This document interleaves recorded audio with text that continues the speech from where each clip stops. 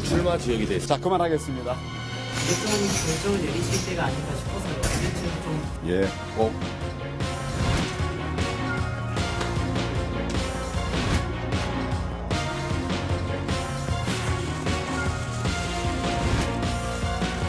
모두가 두려워 망설일 때 누군가는 나서야 하지 않겠습니까?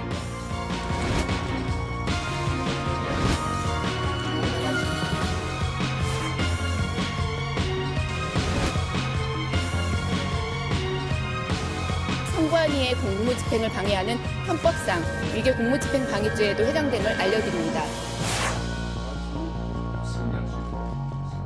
철저히 합법적인 틀 안에서 만들어지고 있다는 걸 말씀을 드립니다.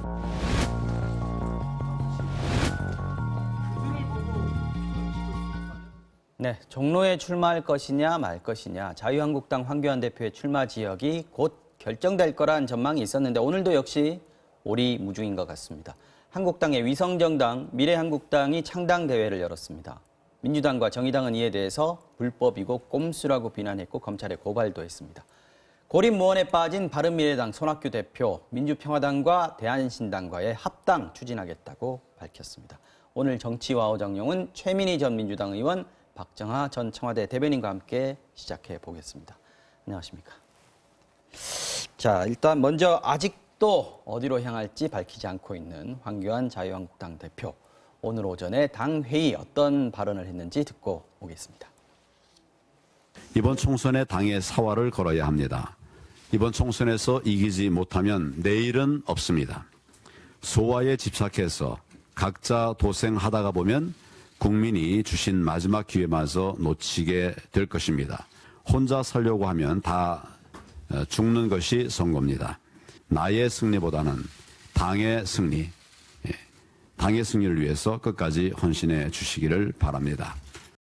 자, 이게 각자 도생하면 다 죽는다, 혼자 살려고 하면 다 죽는 게 선거다. 이게 어떻게 보면 통합을 강조한 것 같기도 하고 어떻게 보면 대폭 물갈이 이 부분을 다시 한 번 더 강조한 것으로도 보이는데 정작 본인의 거취는 입을 닫고 있습니다. 원래 오늘 결정될 거라는 얘기도 있었는데 안 될 것 같아요. 오늘 5차 공관위에서 논의를 한다고 네. 이런 소식이 있었는데 오늘도 네. 결론을 못 낼 것 같고요.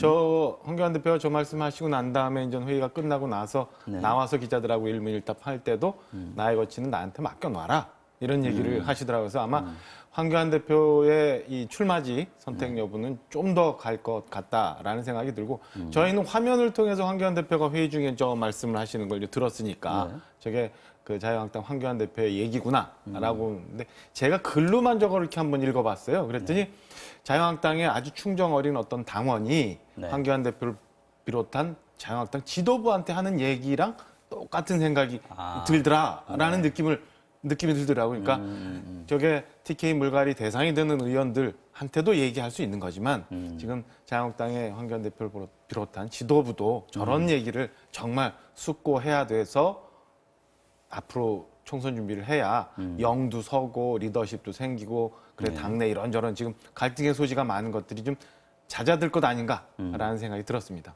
그저께 한국당의 공천관리위원회가 열렸는데 황교안 대표한테 5가지의 종로 출마 이유를 얘기를 했다고 그래요.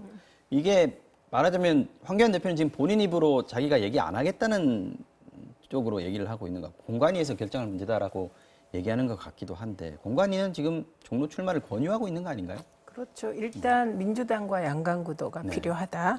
그리고 이낙연 출마에 대해서 응수할 사람이 필요하다. 네. 그리고 험지 수용을 당대표가 해야 다른 분들도 당을 위해서 희생하지 않겠느냐 등등의 이유를 들었습니다. 네. 그리고 황교안 대표가 오늘 아침에 말하신 것도 보면 본인에게도 똑같이 적용되는 얘기이죠.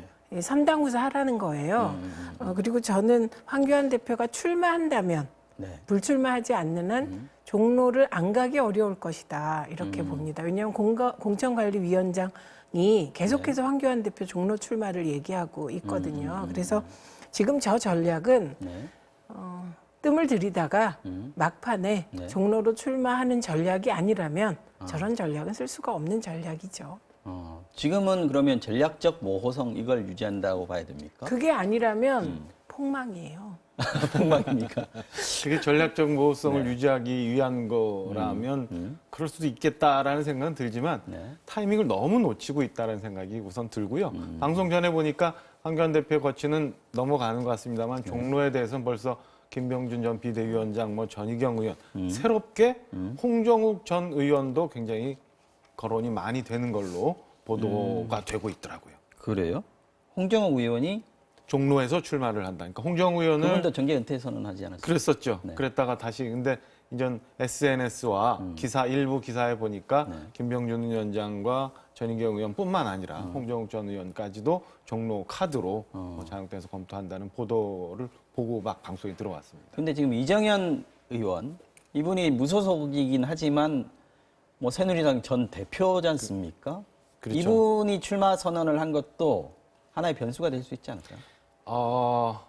이 변수랑이 어떤 게 결과적인 변수를 말씀하시는 뭐 건지 잘 선점을 모르겠습니다만. 해버린다든지. 근데 저는 이게 말씀하신 것처럼 전 새누리당 대표까지 했던 분이고 네. 그다음에 지금 전 서울로 올라와서 출마지를 선택을 해서 선언을 했는데 당신께서는 뭐 끝까지 완주를 하겠다고 얘기를 하지만 저는 끝까지 갈 거라고 보여지지 않고요. 그다음에 출마 선언도 이제 청와대에서 앞에서 분수대 앞에서 했는데 그 선거 기간 동안에 본인이 무언가 얘기하고 싶은 거를 충분히 얘기하고 하고 그다음에 최후의 순간에는 보수 진영의 통합이나 어떤 우위에 있는 후보한테 표를 몰아주는 그런 수순을 밟아가지 않을까 저는 이렇게 예상을 합니다. 알겠습니다. 자, 황 대표가 이렇게 얘기했습니다. 오늘 출마 지역 뭐 기자들이 계속 그 얘기 물어보지 않습니까? 종로 출마하십니까? 물어보는데 계속 뭐 다음에 얘기하겠습니다라고 얘기하고 뭐 됐습니다라고 얘기를 하다가 오늘은 이렇게 얘기했습니다. 개인 문제가 아니라 당 차원의 당 전략 차원의 문제다라고 얘기를 했고 이리 오라면 이리 가고 저리 가라면 저리 가고 하는 식의 어떤 것은 옳지 않다라고 얘기를 했습니다. 이거는 어떤 의미라고 해석을 하십니까? 저 이리 오라면 이리 가고 저리 오라면 저리 가고는 민주당을 겨냥한 말이라고 봐야죠. 민주당이 프레임을 짜는 것대로 안 끌려다니니까. 그렇죠. 그런 얘기이고 민주당 쪽에서 사실 황교안 대표하고 이낙연 총리의 빅매치 부분은 오래전부터 얘기가 나왔고 그 이낙연 총리께서도 아주 신사적인 경쟁을 하고 싶다 이렇게 얘기를 맞습니다. 하신 바가 있습니다. 네. 그런데 종로에 황교안 대표가 출마하지 않을 듯하니 뭐 김민석 전 의원도 그렇고 뭐 여기 황희 의원도 그렇고 여기저기서 그럼 우리 지역구로 와라 나하고 한판 하자 이런 분위기를 이제 겨냥한 말이죠. 예, 그리고 개인의 거치일 수 없죠. 황교안 대표는 당 대표시잖아요. 그런데 당 전략상의 얘기다라고 오늘 나온 아까 말씀하신 언론 보도가 이제 홍정욱 의원이나 전희경 의원 등 거론되잖아요. 근데 홍정욱 의원을 거론한 건 그렇게 하시면 안 되죠. 왜 그렇습니까? 얼마 전에 자식이 마약 네, 관련해서 좀 시끄럽지 않았습니까? 네. 그거를 아직 잊고 있지 않거든요. 그래서 그건 좀 무리인 것 같고 네. 전희경 의원 케이스는 손수조 전략인 거예요. 선수조 전략이라 하면 2012년에 문재인 대통령의 출마 후보 지역에. 시절에 손수조 아주 젊은 여성 신인을 붙였죠. 그랬죠. 그런데 그때 뭐 12% 정도로 문재인 후보가 이겼어요. 그러니까 그게 부산 지역임을 감안하고 사상은 민주당이 처음 당선된 거거든요. 그래서 이번에 아마 그 전략을 다시 쓰겠다는 의미로 전희경 의원을 내세운 것 같습니다만 쓴 카드를 다시 쓰면 재미가 없잖아요. 국민들이 보시기에. 그렇습니까? 네. 알겠습니다. 자, 황 대표 어제는 대구 지역 의원들하고 점심을 먹었고 이어서 저녁에는 경북 지역 의원들하고 저녁 식사를 함께 했습니다. TK 물갈이론 얘기가 나오니까 황교안 대표가 직접 나서서 좀 달래 보이겠다 하는 생각도 들었던 것 같은데 어떤 얘기 오갔는지 분위기 한번 보고 오겠습니다. 공천관리위원회에서 아까 대구에서와 마찬가지로 이렇게 뭐 컷오프 50%, 70% 이렇게 계속 얘기가 나오는 것은 이것은 되게 우리 또 경북 도민들 또 무시하는 처사일 수가 있다. 그래갖고 좀 언행을 자제해달라 이런 좀 얘기를 했었고요. 어쨌든 기준이 명확치 않음에도 불구하고 이렇게 나오는 발언에 대해서는 좀 자중자애해야지 되지 않냐 좀 이런 좀 얘기를 했습니다. 황 대표 출마 관련 얘기도 나왔다 그래요. 지금 뭐 본인은 출마 지역 험지 출마 얘기를 명확하게 하지 않으면서 우리한테만 희생을 강요하느냐라고 얘기를 했다고 하는데 지금 뭐 화면을 보면은 물론 모두 발언이니까 공개된 자리만 보였겠습니다만은 굉장히 좀 웃고 화기애애한 분위기이긴 했어요. 근데 실제 내용에 들어갔을 때는 불만을 표시했다는 건데 어느 정도 수위였을까요?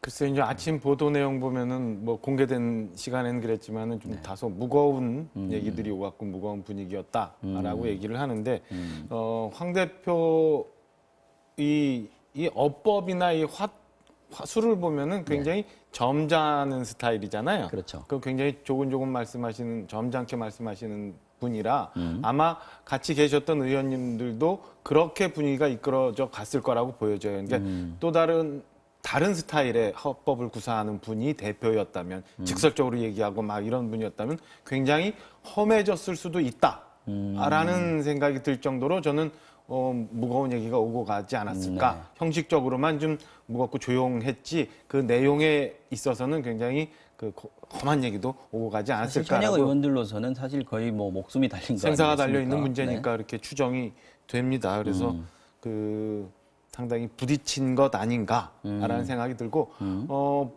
어제 뭐 전체가 지금 좀 전에 그 김 대변인 얘기만 들었습니다만은 네. 흘러나온 얘기도 이렇게 보면은 대표가 설득을 하러 가신 자리인지 아니면 대구 경북에 있는 의원분들의 애로사항을 들어서 이걸 공관위에 전달해 주려고 했던 자리인지가 애매모호할 정도로 황 대표의 그 입장이나 얘기가 분명히 전달된 것 같지는 않다라는 생각이 좀 듭니다. 오히려 공관위 쪽에 뭐 물갈이 비율이나 이런 거에 대해서 내가 전달하겠다라는 얘기도 흘러나온 거 보면 어쨌든 주제는 무겁고 분위기도 무거웠지만 그 전달이 분명히 안 됐고 서로 좀 팽팽하게 맞서는 그런 자리가 아니었나로 저는 추측을 합니다. 어쨌든 좀 TK 의원들이 한국당 지도부 뜻대로 움직여주지 않고 있는 건 분명한 것 같아요. 그러니까 저렇게 좋은 지역은 네. 사전에 충분히 의원들이 동의하고 또 컷오프 됐을 때 그 기준에 굴복하지 않으면 무소속 출마가 나오게 되죠. 왜냐하면 무소속 출마해도 민주당이 될 수 없는 지역이기 때문에. 네. 그런데 그 결과에서 무소속 출마한 분이 많이 당선되면 그건 당 지도부가 책임져야 되는 거기 때문에 저런 일들이 이렇게 간단치 않은 일입니다. 네. 그런데 여기서 중요한 포인트는 공천은 1대1 작업이에요. 1대 다 작업은 없습니다. 한꺼번에 만나서는 얘기 안 된다는 거군요. 저 한꺼번에 만난 것은 그냥 만났다고 봐야 되는 겁니다. 그냥. 그리고 이게 언론에 공개되는 일정으로 이제 대구 경북 지역의 의원들을 만나서 좀 설득한다는 식의 일정이지 저런 작업은 전혀 의미가 없습니다. 예, 한 명 한 명 만나서 한 명 한 명 설득하는 게 사실은 중요한 작업이니까요. 네. 또 한국당 얘기인데 미래한국당 위성정당입니다. 오늘 오후 2시에 창당대회 아마 지금쯤 시작을 하지 않았을까 싶은데 관심은 비례 공천권을 누가 갖느냐라는 겁니다. 어저께 저희도 이 자리에서 얘기를 좀 했었는데 한성교 의원이 지금 당대표로 추대되지 않았습니까? 이렇게 되면 한국당의 황교안 대표나 김용호 공천관리위원장이 이 당에 비례 공천을 줄 수 있느냐, 내 지분을 달라고 얘기할 수 있느냐, 권한을 행사할 수 있느냐, 이 문제가 만만치 않을 것 같습니다. 하면 법 위반이죠. 법 위반이 그렇게 할 수 됩니까? 없어요. 네, 법 위반입니다. 명백하게. 네. 그렇기 때문에 공개적으로 뭐 한성교 대표가 공천에 개입하지 마라. 내가 어떤 사람인데 식으로 얘기하신 거 안 맞는 거죠. 개입할 수 없습니다. 아. 그리고 만약에 개입한 증거가 드러나면 박근혜 전 대통령과 비슷한 상황 되는 것이거든요. 그래서 이거는 연동형 비례대표제가 네. 100% 국회에서 정말 부드럽고 합의하에 뭐 그게 된 제도가 아니지 않습니까? 그러다 보니 이제 이런 변칙 정당을 만드는 행태도 나온 거예요. 이게 현실입니다. 그런데 그 과정에서 국회의원들이 불법을 저지르면 안 되는 것이죠. 전 이게 가장 중요하다고 생각합니다. 지금 이제 기호 3번 목표로 한다라고 얘기하지 않습니까? 지금 비례정당이기 때문에 순번을 위로 좀 투표지 용지 위로 그렇죠. 끌어올려야 되는 상황인데 한성교 의원 말고는 현역 의원들이 그쪽으로 좀 안 가려고 하는 그런 모양새를 보이고 있나 보던데요. 오늘 창당대에 이제 몇 분이 더 오셨는지는 잘 모르겠으면 네. 방송 전에 들어오기 전까지는 일단 김성찬 불출마를 선언한 김성찬 네. 의원이 그 최고위원을 맡고 그다음에 비례대표 하셨던 조은현 의원이죠.